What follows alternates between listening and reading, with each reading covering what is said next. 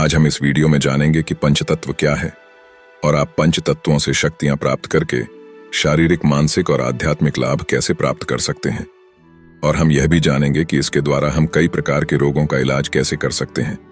जैसा कि हम सभी जानते हैं, पंचतत्वों के द्वारा ही समस्त सृष्टि का निर्माण हुआ है और मनुष्य का शरीर भी पंचतत्वों से ही बना हुआ है। इसलिए इन तत्वों का जब तक हमारे शरीर में उचित भाग रहता है तब तक हम पूर्णतः स्वस्थ रहते हैं।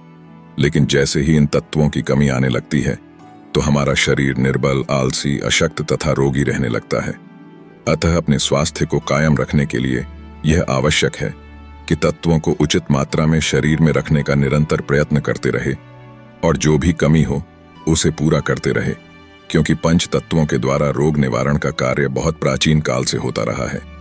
ऋषि मुनि इन्हीं के द्वारा शारीरिक विकारों से बचे रहते थे, क्योंकि जब रोगों का आक्रमण होता था तब इन्हीं पंच तत्वों की सहायता से उनका निवारण कर लेते थे। इसलिए हमने कुछ ऐसे अभ्यास बताए हैं जिनको करते रहने से शरीर में तत्वों की जो कमी हो जाती उसकी पूर्ति होने लगती है और मनुष्य अपने स्वास्थ्य को अच्छा बनाए रखते हुए दीर्घायु जीवन प्राप्त कर सकता है। जिसमें पहला है पृथ्वी तत्व।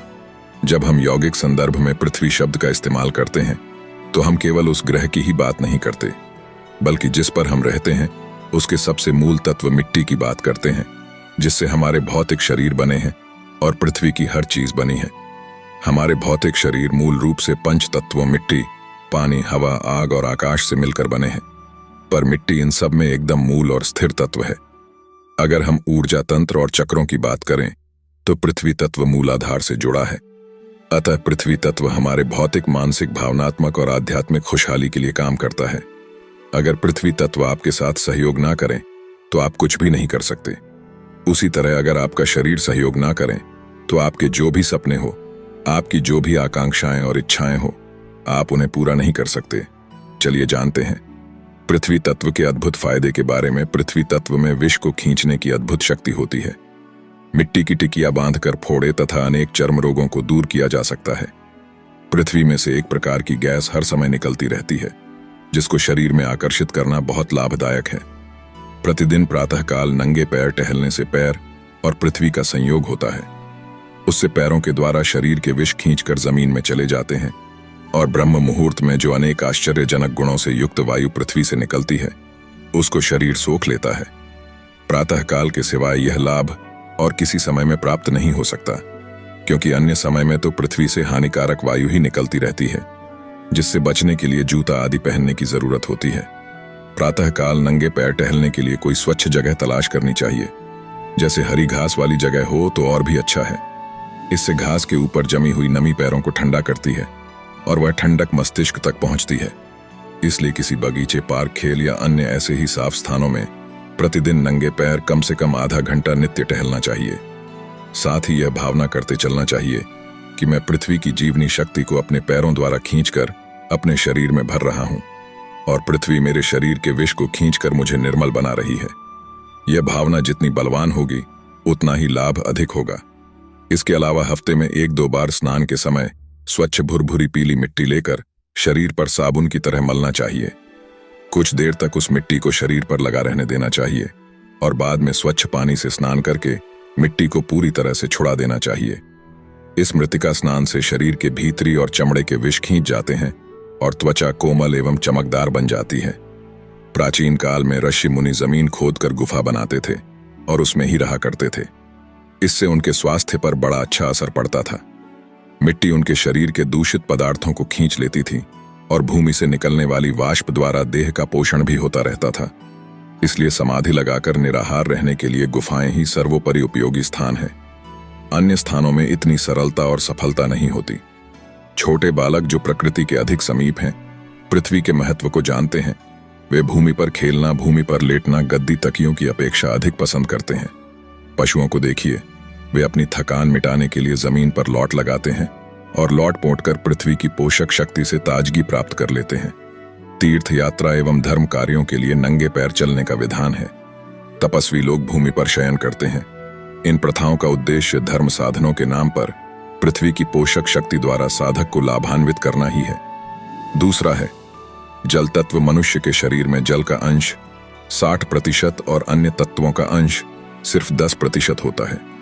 इससे प्रतीत होता है कि अन्य तत्व की अपेक्षा जल तत्व की सर्वोपरि आवश्यकता है। इसके कम हो जाने से देह सूखने लगती है, नाड़ियां जकड़ने लगती हैं, हड्डियां निकल आती हैं, खून गाढ़ा हो जाता है और प्यास, खुश्की आदि के अनेक उपद्रव होने लगते हैं। जल शरीर को सींचता रहता है, इसलिए प्रतिदिन लोग कई लीटर पानी पी जाते हैं ताकि शरीर में जल तत्व की स्थिरता बनी रहे। ताजे जल में रहने वाला उपयोगी रासायनिक पदार्थों से शरीर का पोषण होता है और भीतरी अंग में जो विकृतियां उत्पन्न होती हैं वे पसीना, मूत्र तथा अन्य मलों के साथ द्रव रूप में बाहर निकल जाती हैं। जैसे वर्षा से पौधे प्रफुल्ल एवं चैतन्य होते हैं और पानी के अभाव में सूखने लगते हैं, यही हाल शरीर का है। पर्याप्त मात्रा में उचित विधि से यदि प्रत्येक अंगों को जल प्राप्त होता रहे तो शरीर की दृढ़ता एवं स्वस्थ ठीक प्रकार से बनी रहती है। जब भी आपको पानी पीने की आवश्यकता पड़े तो दूध की तरह घूंट घूंट मारकर ही पानी चाहिए। कितनी भी प्यास लगी हो, एकदम एक सांस में पानी कभी ना पिए। हर एक घूंट के साथ यह भावना करते जाना चाहिए कि इस अमृत तुल्य जल में जो मधुरता और शक्ति भरी हुई है उसे मैं अपने अंदर खींचकर इस भावना के साथ पिया हुआ पानी दूध के समान गुणकारक हो जाता है। जल द्वारा रोगों के निवारण में भी महत्वपूर्ण कार्य होता है। जैसे स्नान को ही ले लीजिए, वह स्वास्थ्य को ठीक रखने में भरपूर मदद करता है। जैसे मुरझाई हुई चीजें जल के द्वारा हरी हो जाती हैं, इसी प्रकार शरीर को स्नान के द्वारा सजीव रखा जाता है। मैल साफ करना ही स्नान का उश नहीं है, वरन जल में मिली हुई विद्युत शक्ति, ऑक्सीजन, नाइट्रोजन आदि अमूल्य तत्वों द्वारा शरीर को सींचना भी है। इसलिए ताजे और स्वच्छ जल से स्नान करना कभी ना भूलना चाहिए। वैसे तो सवेरे का स्नान ही सर्वश्रेष्ठ है, पर यदि सुविधा ना हो तो दोपहर से पहले स्नान जरूर कर लेना चाहिए। मध्याह्न के बाद का स्नान लाभदायक नहीं होता। हाँ, गर्मी के दिनों में संध्या को भी स्नान किया जा सकता है। तीसरा है, अग्नि तत्व जीवन को बढ़ाने और विकसित करने का काम अग्नि तत्व का ही है, जिसे हम गर्मी कहते हैं। गर्मी ना हो तो कोई भी वनस्पति एवं जीव विकसित नहीं हो सकते, यानी आप जीवित हैं या नहीं। इसका एक बड़ा संकेत इससे मिलता है कि आपके भीतर अग्नि काम कर रही है या नहीं, यानी आपका शरीर गर्म है या फिर ठंडा पड़ गया है। इस धरती पर जीवन पूरी तरह से सूर्य से शक्ति पाकर संचालित होता है।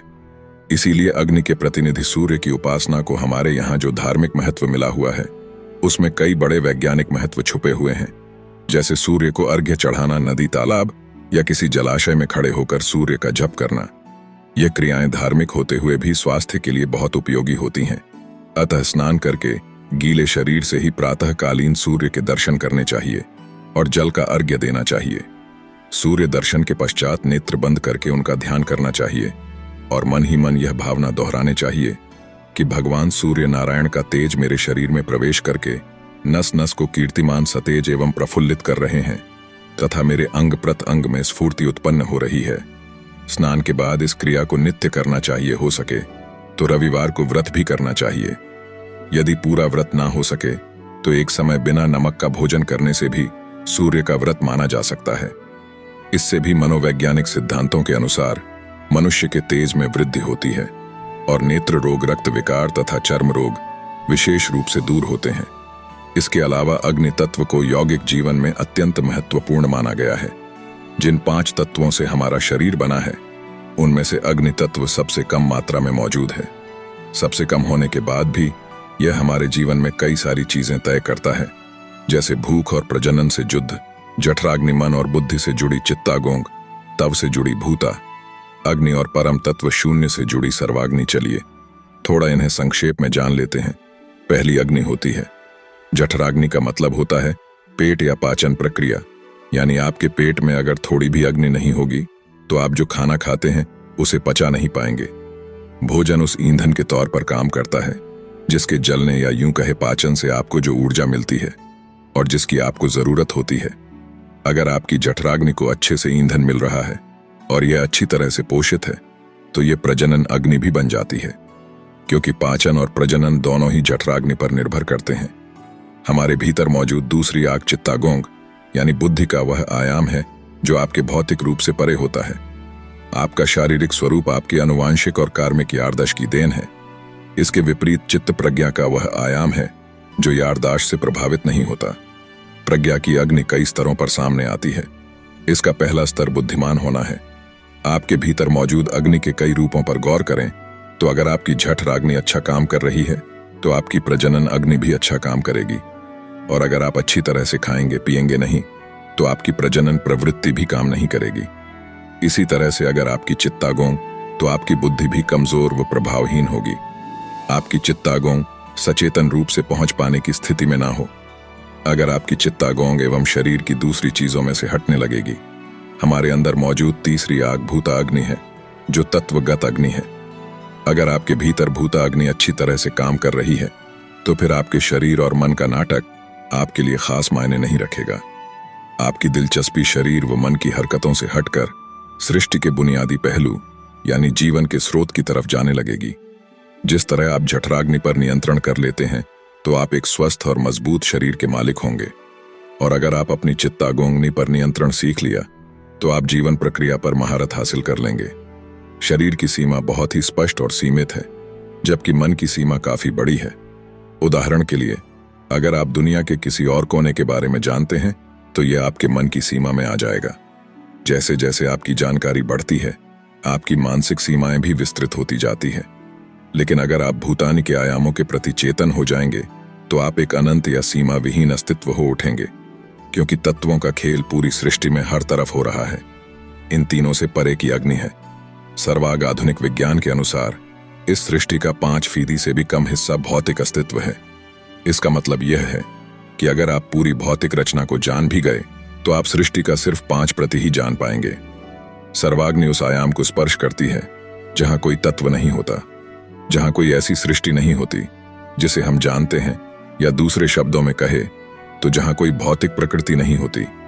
आमतौर पर जो योगी जीवन की प्रक्रिया तक पहुंचना चाहता है उसकी दिलचस्पी जठराग्नि चित्तागोंगनी में नहीं होगी। उसका पूरा ध्यान सिर्फ सर्वाग्नि पर होगा, क्योंकि एक परम अग्नि है, लेकिन यह एक शीतल अग्नि है। जठराग्नि का एक प्रत्यक्ष और स्पष्ट रूप है, चित्तागोंग शामिल होती है। अब आप समझ चुके होंगे कि अग्नि तत्व कितना महत्वपूर्ण और उपयोगी है। तो चलिए अब बाकी तत्वों के बारे में भी जान लेते हैं। चौथा है वायु तत्व। समस्त प्राकृतिक तत्वों में वायु बहुत सूक्ष्म है, यानी पृथ्वी जल अग्नि की अपेक्षा वायु की सूक्ष्मता अधिक है, इसलिए उनका गुण और प्रभाव भी अधिक है। अन्न और जल के बिना कुछ समय मनुष्य जीवित रह सकता है, पर वायु के बिना एक क्षण भी नहीं रह सकता। शरीर में अन्य तत्वों के विकार उतने खतरनाक नहीं होते जितने कि वायु के विकार खतरनाक होते हैं।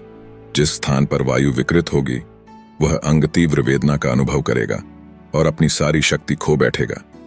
वायु प्राण है, इसलिए प्राण वायु पर जीवन की निर्भरता मानी जाती है। इसलिए सांस रुक जाए या पेट फूल जाए तो मृत्यु में कुछ देर भी नहीं लगती। लोग वायु सेवन के लिए जरूरी काम छोड़कर समय निकालते हैं। जहां की हवा खराब हो जाती है वहां नाना प्रकार की बीमारियां और महामारी आदि पूर्वक वायु साधना करने से उन्हें कितना लाभ होता है। निसंदेह वायु का स्वास्थ्य से अत्यंत घनिष्ठ संबंध है और वायु के प्रयोग द्वारा अपनी बिगड़ी हुई तंदुरुस्ती को ठीक कर सकते हैं। शरीर को पोषण करने वाले तत्वों का थोड़ा भाग भोजन से प्राप्त होता है, लेकिन अधिकांश भाग की पूर्ति वायु द्वारा ही होती है। जो वस्तुएं स्थूल हैं वे सूक्ष्म रूप से वायुमंडल में भी भ्रमण करती रहती हैं। अमेरिका जैसे देशों में ऐसी गाय होती हैं जिनकी खुराक 24 शेर है, परंतु दिन भर में 283 शेर दूध देती हैं। यह दूध केवल स्थूल भोजन से ही नहीं बनता, वरन वायु में घूमने वाले अदृश्य तत्वों के भोजन से भी प्राप्त होते हैं। बीमार मनुष्य तथा योगी बहुत समय तक बिना खाए पिए भी जीवित रहते हैं, क्योंकि उनका स्थूल भोजन ना मिलने पर भी वायु द्वारा बहुत सी खुराक मिलती रहती है। यही कारण है कि वायु द्वारा प्राप्त होने वाली खुराक ना मिलने पर मनुष्य की क्षण भर में मृत्यु हो जाती है। हवा का जितना स्वास्थ्य पर प्रभाव पड़ता है उतना भोजन का नहीं। इसलिए डॉक्टर लोग क्षय आदि असाध्य रोगियों को पहाड़ों पर जाने की सलाह देते हैं, क्योंकि वे समझते हैं कि बढ़िया दवाओं की अपेक्षा उत्तम वायु में अधिक पोषक तत्व मौजूद होते हैं। अनंत आकाश में से वायु द्वारा प्राणप्रद तत्वों को खींचने के लिए भारत के तत्वदर्शी ऋषियों ने प्राणायाम की बहुमूल्य प्रणाली का निर्माण किया है। मोटी बुद्धि से देखने में प्राणायाम एक मामूली सी फेफड़ों की कसरत मालूम पड़ती है, और इससे इतना ही लाभ प्रतीत होता है कि फेफड़े मजबूत बने और रक्त शुद्ध हो, किंतु सूक्ष्म दृष्टि से इस क्रिया द्वारा अनिर्वचनीय लाभ प्रतीत हुए हैं। बात यह है कि प्राणायाम द्वारा अखिल आकाश में से अत्यंत बहुमूल्य पोषक पदार्थों को खींचकर शरीर को पुष्ट बनाया जा सकता है। इसके लिए सबसे पहले स्नान करने के उपरांत किसी एकांत स्थान में बैठ जाए। समतल भूमि पर आसन बिछाकर पद्मासन से बैठे मेरुदंड बिल्कुल सीधा रखें और नेत्रों को अध खुला रखें। अब धीरे धीरे नाक द्वारा सांस खींचना आरंभ करें और दृढ़ इच्छा शक्ति के साथ भावना करें कि विश्वव्यापी महान प्राण भंडार में से मैं स्वास्थ्यदायक प्राण तत्व सांसों के साथ खींच रहा हूं और वह प्राण मेरे रक्त प्रवाह तथा समस्त नाड़ी तंतुओं में प्रवाहित होता हुआ सूर्य चक्र में इकट्ठा हो रहा है। इस भावना को ध्यान द्वारा चित्रवर्णमान रूप से देखने का प्रयत्न करें। जब फेफड़ों को वायु से अच्छी तरह भर लो तो 10 सेकंड तक वायु को भीतर रोके रहे। रोकते समय ऐसा ध्यान करें कि प्राण तत्व मेरे अंग प्रत्यंग में प्रेत हो रहा है। अब वायु को नासिका द्वारा ही धीरे धीरे बाहर निकाले और निकालते समय ऐसा अनुभव करें कि शरीर के सारे दोष रोग और विष वायु के साथ साथ बाहर निकल रहे हैं। उपरोक्त प्रकार से आरंभ में 10 प्राणायाम करने चाहिए, फिर धीरे धीरे बढ़ाकर सुविधा अनुसार आधे घंटे तक कई बार इन प्राणायाम को किया जा सकता है। अभ्यास पूरा करने के उपरांत आपको ऐसा अनुभव होगा कि रक्त की गति तीव्र हो गई है और सारे शरीर की नाड़ियों में एक प्रकार की स्फूर्ति, ताजगी और विद्युत शक्ति दौड़ रही है। इस प्राणायाम को कुछ दिन लगातार करने से अनेक शारीरिक और मानसिक लाभों का स्वयं अनुभव प्राप्त होगा। 5वां है आकाश तत्व। आकाश को 5वां तत्व कहना सही नहीं है क्योंकि यह सबसे अहम तत्व है। बाकी 4 तो बस उसी के सहारे हैं। आकाश बुनियादी तत्व है। असीम आकाश की गोद में यह 4 तत्व खेल खेलते हैं। हम सौरमंडल के एक गोल घूमते ग्रह पर बैठे हुए हैं। यह अपनी जगह पर बना हुआ है तो सिर्फ आकाश की वजह से आप अपनी जगह पर अपनी काबिलियत के दम पर नहीं बैठे हैं, बल्कि इसलिए बैठे हैं क्योंकि आकाश आपको उस स्थान पर थामे हुए हैं। आकाश ही इस पृथ्वी, इस सौरमंडल, इस आकाश गंगा और पूरे ब्रह्मांड को अपनी जगह पर थामे हुए हैं। पंच तत्वों में मिट्टी, पानी, हवा और आग जिस प्रकार प्रत्यक्ष दिखाई पड़ते हैं, वैसे आकाश का अस्तित्व अनुभव में नहीं आता। परंतु सच पूछा जाए तो इन सब की अपेक्षा शक्ति संपन्न, क्रियाशील और प्रभावकारी आकाश ही है। आकाश का अर्थ कोई हवा समझते हैं, कोई बादल या शून्य समझते हैं, तो कोई कुछ समझते हैं। यथार्थ में आकाश एक ऐसा सूक्ष्म पदार्थ है जो हर पीले और ठोस पदार्थ में न्यूनामेजी भाषा में इस तत्व को ईथर कहते हैं, यानी इस ईथर को ही आकाश कहते हैं। रेडियो द्वारा ब्रॉडकास्ट किए हुए शब्द ईथर तत्व में लहरों के रूप में चारों ओर फैल जाते हैं। रेडियो यंत्र की सहायता से उन लहरों को पकड़कर उन शब्दों को दूर दूर स्थानों में भी सुना जाता है। केवल शब्द ही नहीं, विचार और विश्वास भी आकाश में लहरों के रूप में बहते रहते हैं और वह विचार जैसी हमारी मनोभूमि होती है उसी के अनुरूप इकट्ठे होकर हमारे पास आ जाते हैं। जिस प्रकार एक ही समय में दिल्ली, मुंबई, न्यूयॉर्क आदि से विभिन्न प्रोग्राम ब्रॉडकास्ट होते हैं, परंतु आपके रेडियो की सुई जिस स्टेशन के नंबर पर लगी होगी उसी का प्रोग्राम सुनाई पड़ेगा और अन्य प्रोग्राम अपने रास्ते चले जाएंगे। इसी प्रकार हमारी मनोभूमि, रुचि, इच्छा जैसी होती है उसी के अनुसार आकाश में से विचार, प्रेरणा और प्रोत्साहन प्राप्त होते हैं। सृष्टि के आदि से लेकर अब तक असंख्य प्रा द्वारा जो असंख्य प्रकार के विचार अब तक किए गए हैं वे नष्ट नहीं हुए, वरन अब तक मौजूद हैं और आकाश में विद्यमान है। ये विचार अपने अनुरूप भूमि जहां देखते हैं वहीं सिमट सिमट कर इकट्ठे होने लगते हैं। यदि कोई व्यक्ति बुरे विचार करता है तो उसी के अनुरूप असंख्य नई बातें उसे अपने आप सूझने लगती हैं। इसी प्रकार भले विचारों के बारे में भी है। हम जैसी अपनी मनोभूमि बनाते हैं उसी के अनुरूप विचार और विश्वासों का समूह हमारे पास इकट्ठा हो जाता है और यह तो निश्चित ही है कि विचारों की प्रेरणा से ही कार्य होते हैं। जो जैसा सोचता है वह वैसे ही काम भी करने लगता है। इसलिए आकाश तत्व में से लाभदायक सद्विचारों को आकर्षित करने के लिए प्राणायाम के बाद का समय ठीक होता है। सबसे पहले एकांत में किसी खुले स्थान पर चित्त होकर लेट जाएं और नेत्रों को बंद करके अपने चारों ओर नीले आकाश का ध्यान करें। नीले रंग का ध्यान करना मन को बड़ी शांति प्रदान करता है। जब नीले रंग का ध्यान ठीक हो जाए तब ऐसी भावना करनी चाहिए कि निखिल नील आकाश में फैले हुए सद्विचार, सद्विश्वास, सद्प्रभाव चारों ओर से एकत्रित होकर मेरे शरीर में विद्युत किरणों की भांति प्रवेश कर रहे हैं और उनके प्रभाव से मेरा अंतःकरण दया, प्रेम, परोपकार, कर्तव्य परायणता, सेवा, सदाचार, शांति, विनय, गंभीरता, प्रसन्नता, उत्साह, साहस, दृढ़ता, विवेक आदि सद्गुणों से भर रहा है। यह भावना खूब मजबूती और दिलचस्पी के साथ मनोयोग तथा श्रद्धा पूर्वक होनी चाहिए। जितनी ही एकाग्रता और श्रद्धा होगी उतना ही अधिक लाभ प्राप्त होगा। आधुनिक विज्ञान ने भी यह स्वीकार करने लगा है कि आकाश में एक खास तरह की बुद्धि होती है। यह आकाशीय बुद्धि आपके साथ कैसा व्यवहार करती है वह आपके हित में काम करती है या आपके खिलाफ, इससे तय होगा कि आपका जीवन कैसा होगा। आप एक खुशकिस्मत प्राणी हैं या आप अपना बाकी का जीवन धक्के खाते हुए बिताएंगे। यह आपकी इस योग्यता पर निर्भर करता है कि जाने या अनजाने में आप इस व्यापक बुद्धि से कितना सहयोग ले पाते हैं।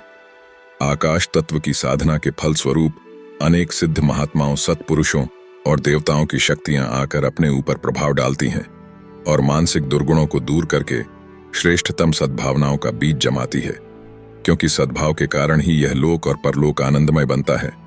यह तथ्य बिल्कुल निश्चित और सिद्ध है। उपरोक्त 5 तत्वों की साधनाएं देखने में छोटी और सरल हैं, परंतु इनका लाभ अनगिनत है।